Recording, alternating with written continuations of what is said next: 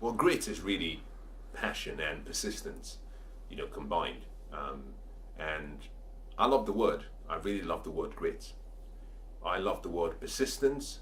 And there's perhaps, in my opinion, there's perhaps no other quality that can guarantee that the world stops and says, let's just give him what he wants. Let's just give her what she wants, because if we don't give her what he wants, they're going to wear us down. Persistence is really one of the most important qualities of success. In California, there's a man called Maxi Fowler. He took the California bar exam 25 years, twice every year, and every year he failed. Every year, twice a year, his beautiful wife would prepare the papers, get it registered, get him ready. He would study, and every year he would fail twice. But he had a passion.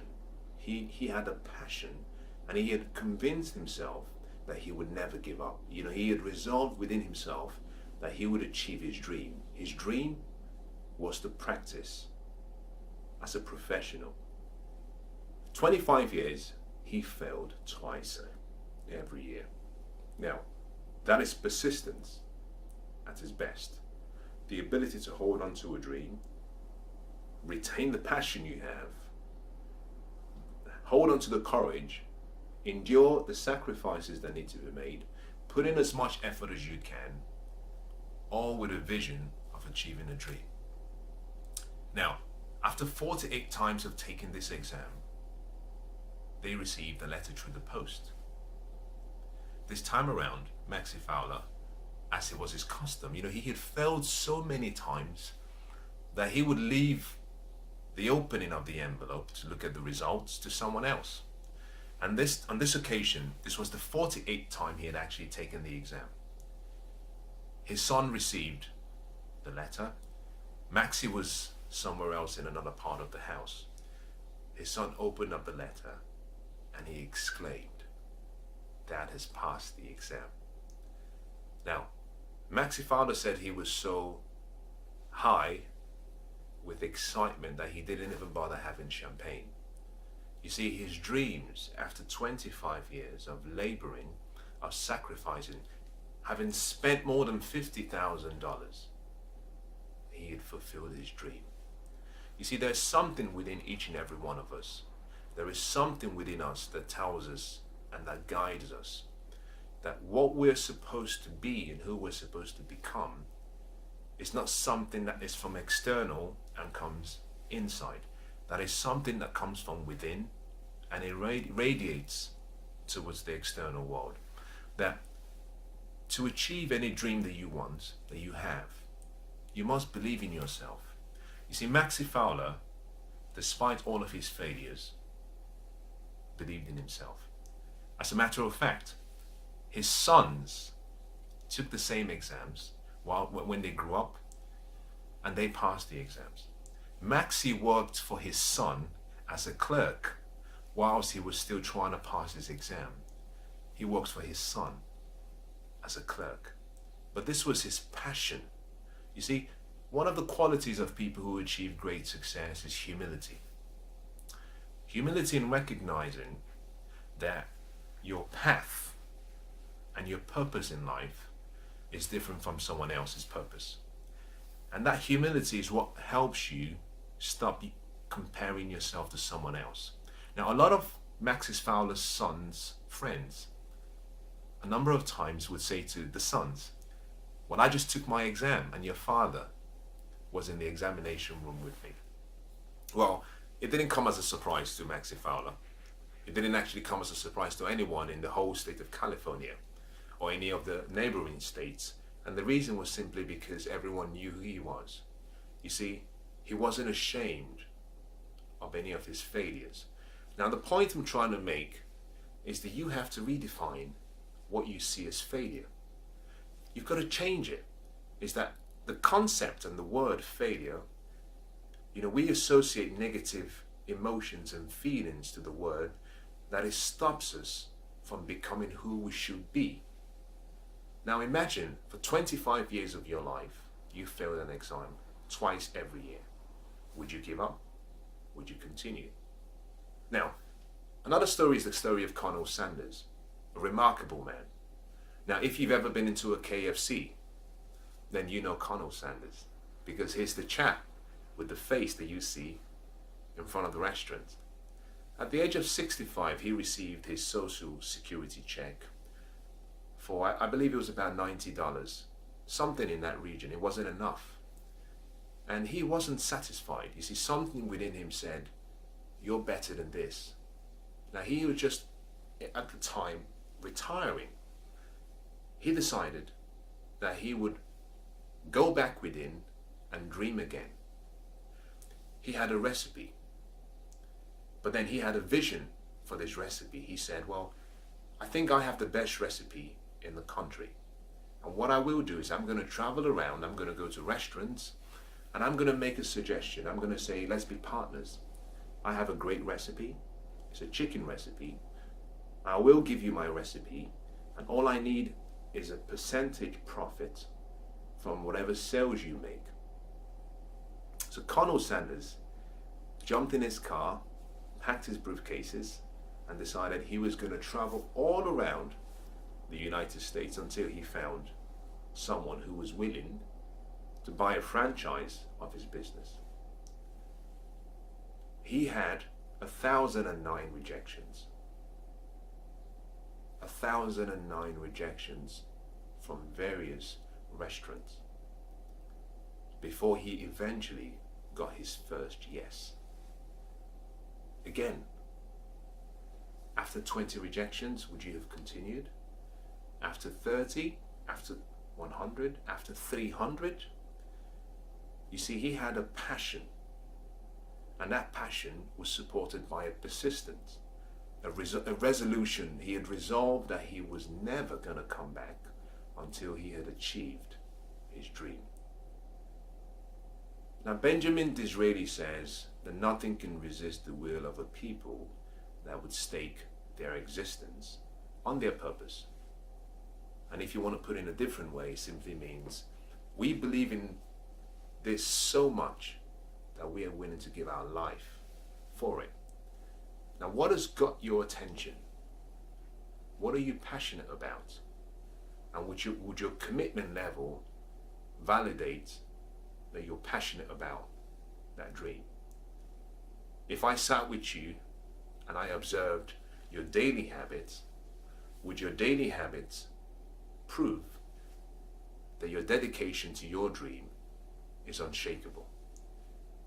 Would the use of your time, will your bank account and how you spend your money demonstrate that you've committed your life to a dream? You've committed your life to something that has become almost a magnificent obsession. Because until you find something that you're willing to give your life for, and I mean in regards to service, something you've dedicated your life to and said, I will be the best in this, you may not find success. You see, success is looking for a good place to stay. And so persistence is one of the qualities you must have. You must have the courage to fail and fail and fail. I love what Winston Churchill said. He said, success is going from failure to failure without losing enthusiasm. That's powerful. So you see, you have to really define your definition of success. Success is, and you have to redefine your definition of failure. You see, my definition of success will change because who I am today could be different to who I am in 10 years. Now, who you are today could be different to who you are in 10 years. And therefore, because I'm different from you, you have to define success for yourself. You cannot go through life living to someone else's standards and based on someone else's definition of success. It's very similar to running a race. It's important you know where the finish line is. But if you were running a race in such a way that every time you were approaching the finishing line, the line moved and the line kept moving, you would be exhausted. So it's important you redefine success for yourself. But even more importantly, to ensure that you get to the finish line, it's really vital that you redefine failure. Now, failure is simply an event. Failure is something that has happened. It's in the past. It has nothing to do with the future. Actually, it really has nothing to do with the present. Because once you've failed, that becomes the past. So really, you must start to see failure as really feedback.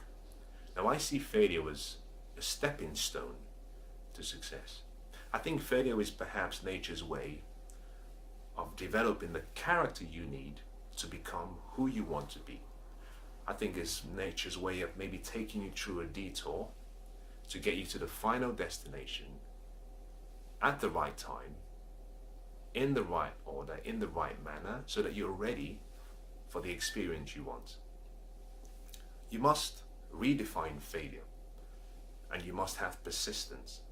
Now, one of the most important things you must do when you experience a setback, a disappointment, perhaps you experience what you might consider to be a rejection.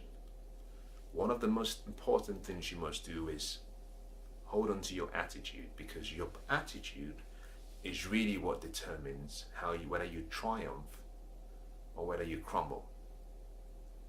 You must have a positive mental attitude. And what if I said to you that I was going to take you on a journey and we were going to travel from London, England to perhaps Newcastle, England, and we were going to see a friend, a very close friend. Now, if we were traveling and we, en route to Newcastle, we experienced some construction works on the way, would you get so angry that you say, well, let's just go back, I just can't take it? Or instead, would you continue with the journey by going through the diverted route to get to the destination? I believe that it would be the latter, that you would say, well, let's just follow the diverted route. We know where we're trying to get to, and that's all that matters. In the same way, you must see beyond the present moment. Whenever you have a setback, one of the first things you have to say to yourself is there something I missed? Is there something I should be learning? Is there something I should be celebrating? Because sometimes you may not see what has been prevented from coming your way. And in some cases, had you seen it, you may be celebrating. In the same way, there's always something to learn from every setback, from every failure, from every crisis.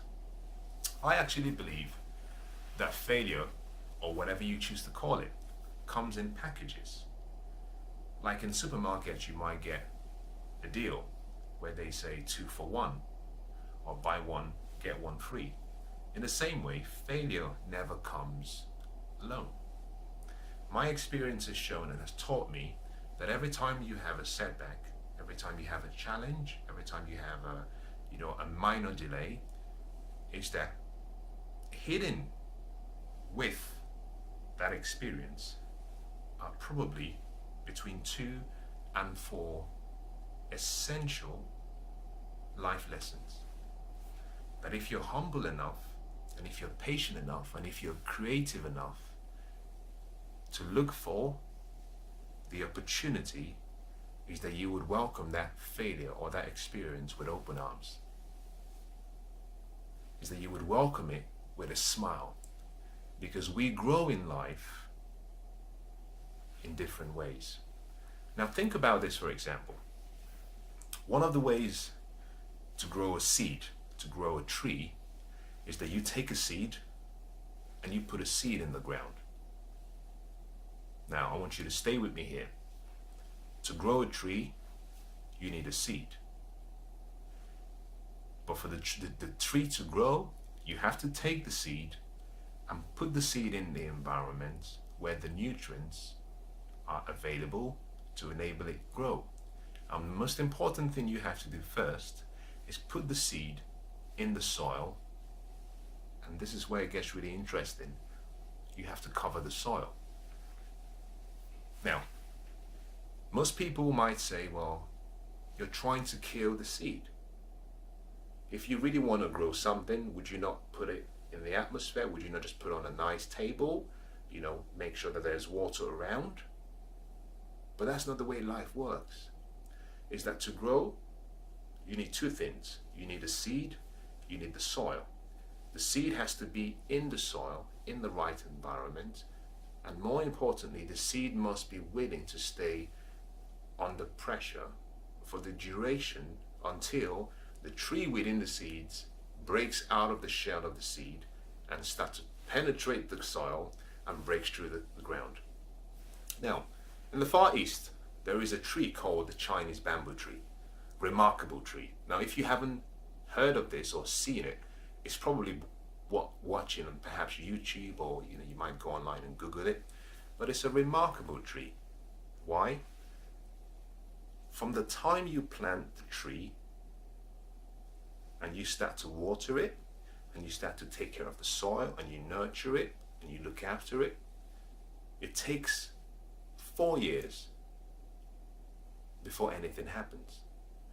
Now, if you planted the Chinese bamboo tree next to a different seed or a different tree, the other tree would grow really tall, will flourish, will blossom, but in the 4 years, this Chinese bamboo tree doesn't break through the ground. Nothing happens, it just stays there. Now, most people might see that as failure. Most people might see that as a setback.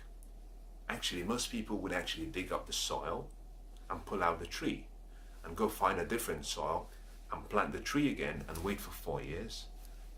Nothing happens, pick it up again, find another soil, a different location, plant it again. And this is something we do through life.